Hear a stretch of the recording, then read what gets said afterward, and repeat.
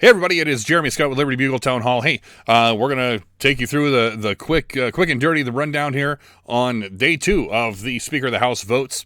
As you can see, we've got a little shot up here. This is how it shook out earlier today.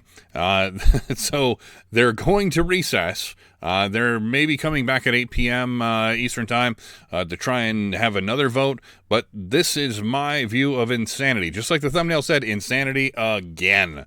Guys, the more and more you do things over and over again and expect a different result, that's the definition of insanity last time I checked.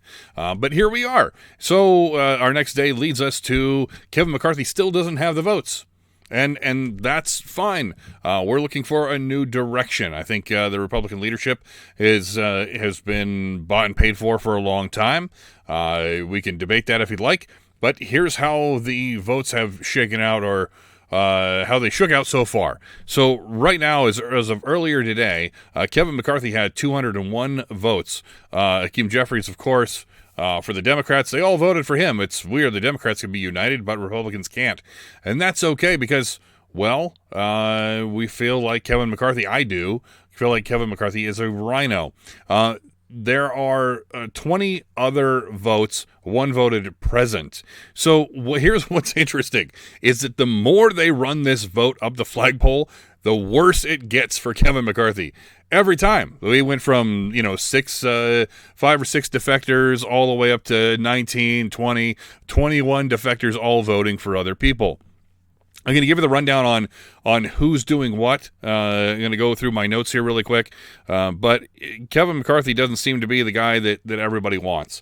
And the more that, maybe some of our watchers will disagree and think Kevin McCarthy's the right guy for the job. Like I've said before, I think at the end of the day he'll end up getting it. Or he may actually step down, may withdraw his personal nomination. He felt that he was going to get coronated, and that's wrong. Obviously, that's not going to be correct. So who else got the votes, right? And I'm going to give you the quick rundown on this. Now, it is a gentleman that you and I, that we've discussed before, my hometown boy here in Arizona, Andy Biggs. Andy Biggs actually ended up with 10 votes on this last round of voting, which is really interesting. Yesterday, Andy didn't have any votes directly. Correct me if I'm wrong on that. We didn't have any direct votes for Andy Biggs at the time, but yeah, he's got 10 now. I thought almost that Andy wanted to step away and not go for that nomination, but lo and behold, here he is with 10 of those dissenting votes. It's a long way off from 218. I get that. But Andy Biggs is there. Who else? We've got Lee Zeldin, who was running for governor in New York, ran a fantastic campaign for governor of New York, and of course the Democrat machine in New York, did everything they could to make sure that he didn't get that spot. Maybe he's destined to be Speaker of the House. Could be. Lee Zeldin's a great guy and is definitely qualified for the position. Outside of Lee Zeldin, we've got Jim Jordan that we talked about yesterday. I'll throw the link to yesterday's video in here for you, or it'll be in the playlist talking about the speaker nominations. So Jim Jordan, I think, is a really great guy. He's reluctant, of course. He wants to be in the House Judiciary Committee, which is where I feel like he really, truly belongs. But sometimes when you're called upon to serve and to do the things, sometimes that's where you need to go. I think he's going to be very, very useful there. Now, keep in mind, the speaker is mostly a clerical / administrative type position. It doesn't mean you don't hold any power to sway committee appointments and to do the things that matter. But regardless, Jim Jordan is saying that, of course he didn't nominate himself. He's a pretty humble guy. We get that. So Jim Jordan. So we've got Andy Biggs, Lee Zeldin, Jim Jordan. Who else? A gentleman I don't really know much about. Jim Banks from Indiana. There he is. Jim Banks from Indiana. I don't know really anything about this guy. I'm going to confess personally, I don't know really anything about Mr. Banks. But he got a vote, a singular vote on that. And who else? There was somebody else that I had for you. And Byron Donald. I don't know why I don't have his photo up here for you.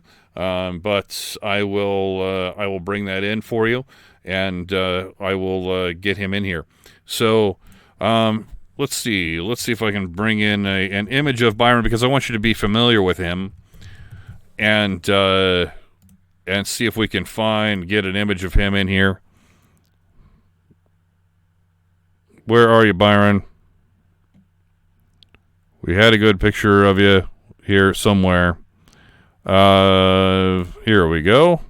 Let's get him into the screen for you, and we'll bring him in. There you go, Byron.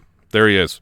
So Byron's really was actually Chip Roy, a gentleman I find to be really interesting. Chip Roy nominated Byron Donalds. He's a good friend of his in Florida, and Byron's an interesting guy. He's a newcomer to the House, but everything that I've read so far seems like he's a good, upstanding member of the community.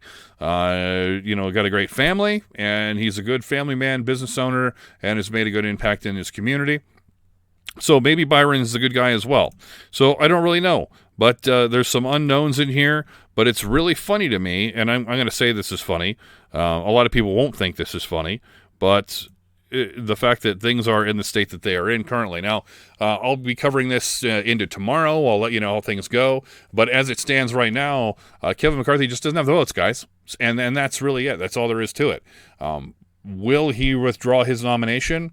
Perhaps he will. And, I will make another video for you guys. There was a great exchange today on Fox Business News. And that was happened to be with Ronna McDaniel. And I don't know why my brain is failing me right now. But one of the great shows on, I'll remember later. Anyway, but Ronna McDaniel was panicking because she's a part of the Republican establishment leadership. And she was doing everything she could to just push the message, believing that Kevin McCarthy is going to get the nomination overall. I don't know. It's up in the air. Of course, Democrats are going back and forth, foaming at the mouth, and laughing hysterically at this moment of disarray with the Republican Party. But what do we really care? If we take 3, 4, 5 days, 6 days to hash things out and to get the right person in place, that's what really matters, because moving forward, everything that needs to be accomplished, it's going to be a very heavy lift. So we'll see if the House can become united, get the Speaker elected, and we'll be able to move forward on to more important business.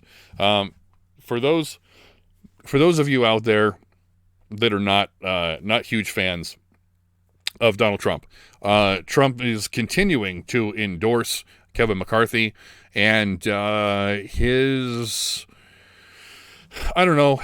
pleas are starting to fall on deaf ears. It really is coming down to the point right now, the credibility or relevance of Donald Trump's endorsement. I hate to say this, but it's losing its steam. It's losing its luster. And that's not just me saying that, guys. If you look at the impact that it's been having. Now, who knows? Some people believe that he's actually working behind the scenes with these 20 individuals who are not voting for Kevin McCarthy to maybe upset the apple cart.